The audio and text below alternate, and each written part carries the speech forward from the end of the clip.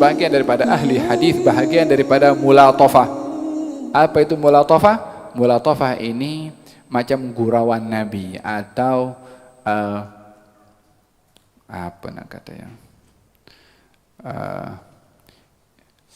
Macam apa nak kata mulatafah ni nak dimelayukan ni susah sikit mulatafah. Okeylah, mungkin makna yang menghampiri adalah bahagian artinya gurauan. Artinya apa? Nabi mengatakan di sini, aku tidak pernah melihat orang yang akalnya kurang, maksudnya saksinya itu separuh daripada laki-laki dan agamanya kurang, yaitu kalau haid tinggalkan sholat dan tinggalkan puasa, tapi dalam keadaan itu dia boleh kalahkan laki-laki yang cerdik, pandai dan kuat. Seperti mana perempuan boleh kalahkan laki-laki.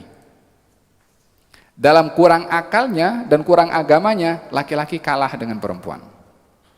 Dan dikatakan di sini bahwasanya adhaba lilubbir rajul, dapat menghilangkan lub itu inti kepada akal, yakni cerdik dan cerdasnya laki-laki sejauh manapun juga kalah dengan tipu muslihat perempuan.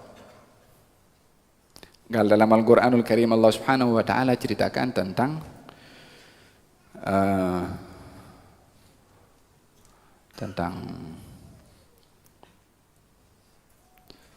tapi dalam dua keadaan lah, positif ada, yang negatif ada. Firaun. Apa kurang kejamnya Firaun? Sekian banyak laki-laki dibunuh oleh Firaun yang lahir daripada Bani Israel. Lepas itu ada bayi datang ke rumahnya Firaun.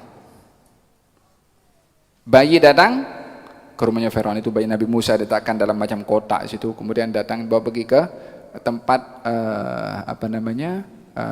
istrinya Firaun, namanya Siti Asia. Diambil oleh Siti Asia. Siti Asia ini istrinya siapa? Firaun. Dibawa, Firaun kata, kita kena bunuh ini. Kata istrinya, qurratu ainin li walak. Jadikan ini buah hati kita, kamu dengan saya.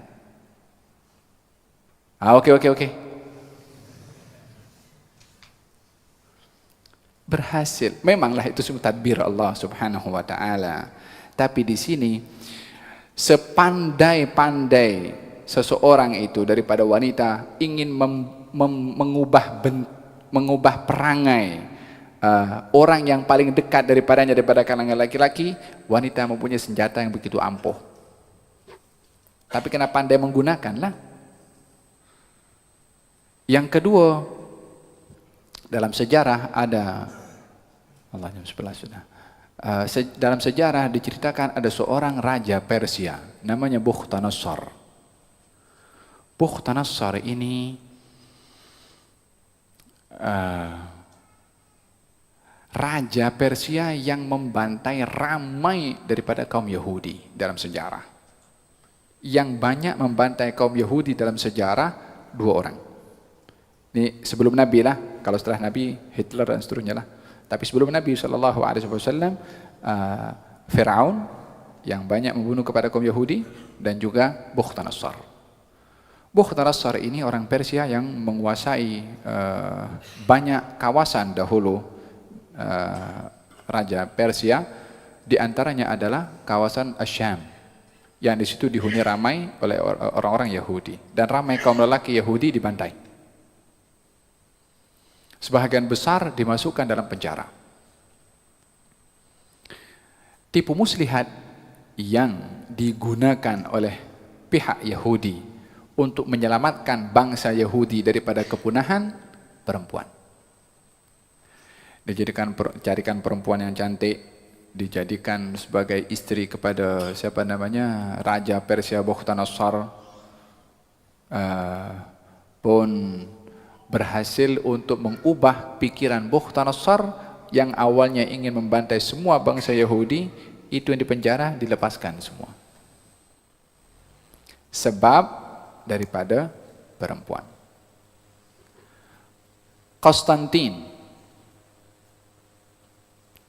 Konstantin itu raja pertama yang menganut agama Kristen adalah Konstantin, yang dinamakan pada akhirnya kerajaan Konstantinopel.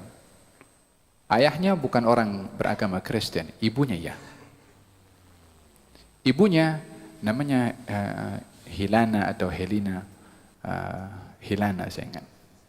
Walhasil, seorang yang tegar dan istiqamah dalam agama Kristen. Berhasil mengubah bukan negeri, tapi negara yang dikuasai oleh raja menjadi kerajaan yang agama resminya Kristen.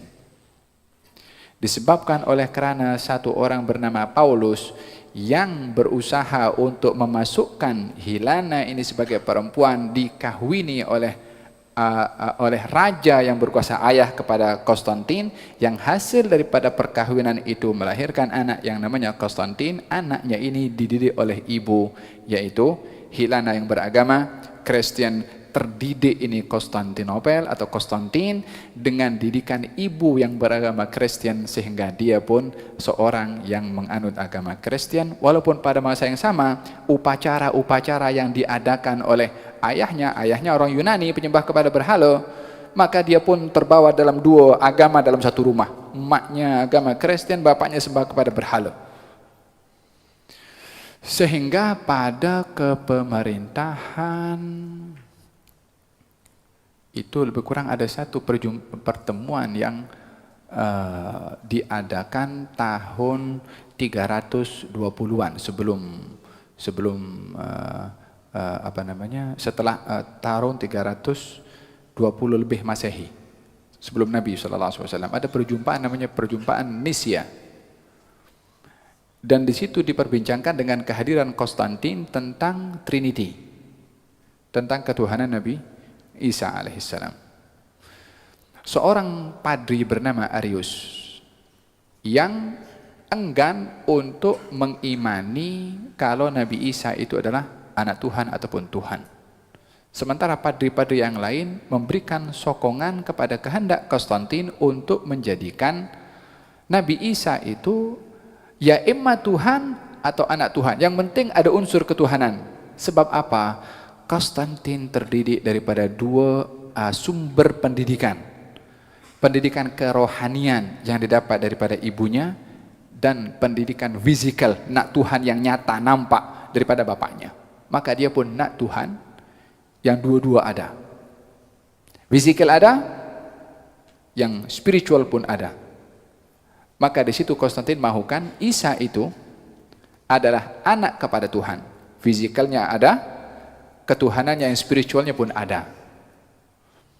Ketika ini kajian sejarah yang memberitahukan bagaimana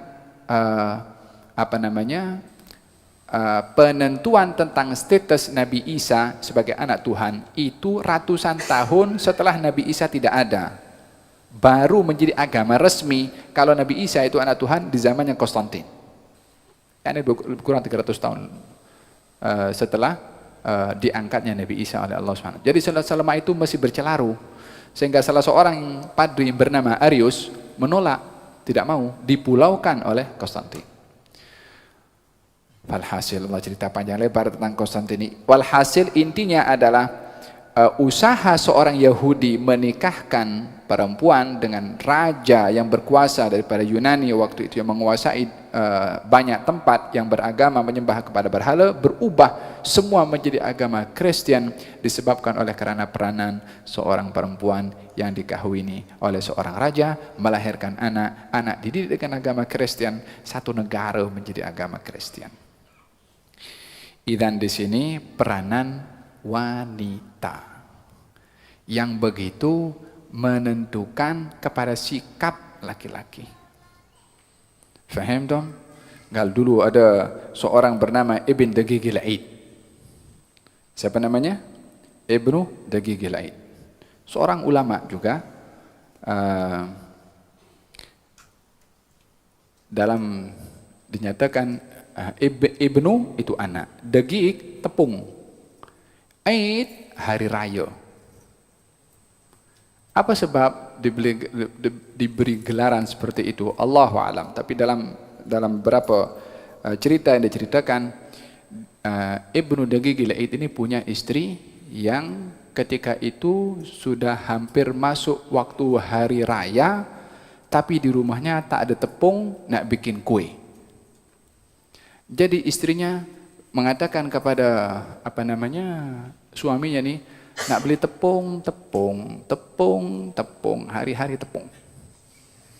Sampai hari raya, Ibnu Daqiqil Aid terpaksa dia kena pergi berkhutbah. Karena hari-hari sudah dengar tepung, khutbahnya pun cerita tepung. Maka digelari dengan Ibnu Daqiqil Aid. Tepung hari raya, disebabkan khutbah hari raya cerita pasal tepung. Daripada mana dia cerita pasal tepung? Orang rumahnya. Di sini tak ada lah, luar sana ada sana. Faham tom? Idzan ini pada hakikatnya ingin menunjukkan mulatafah daripada Rasulullah terhadap perempuan. Yakni kamu perempuan, walaupun dinilai dari segi adanya dari segi kesaksian kamu itu separuh laki-laki, dari segi agama, salat dan puasa kamu tak melakukannya ketika dalam keadaan haid, walaupun itu yang ada kepada kamu, tapi laki-laki manapun juga, secerdik, sekasar, setegas manapun juga boleh kalah dengan kamu. Ini bahagian daripada mulatafah.